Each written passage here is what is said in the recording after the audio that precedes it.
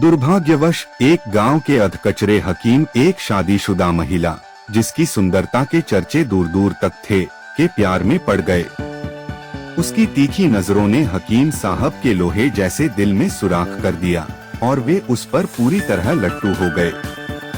महिला के परिवार का पेशा शादियों और मेलों में ढोल बजाना था।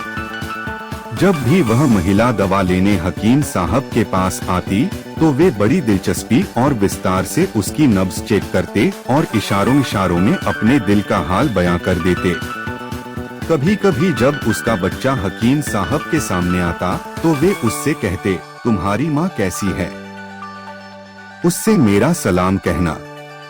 महिला ने लंबे समय तक यह सलाम और चिंता बर्दाश्त की, लेकिन जब हकीम साहब की फिक्र हद से ज्यादा बढ़ने लगी तो उसने अपने पति को उनकी हरकतों के बारे में बता दिया।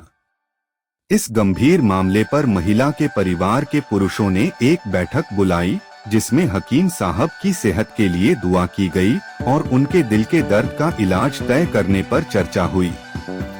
सभी ने मिलकर एक योजना बनाई।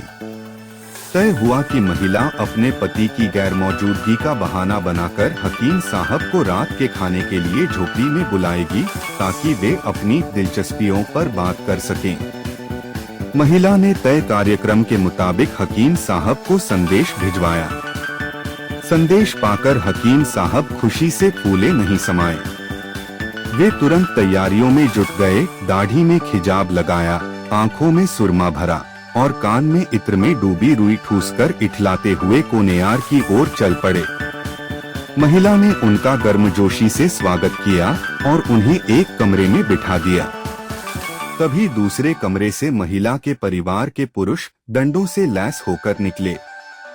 महिला को छत पर जाकर ढोल बजाने को कहा गया।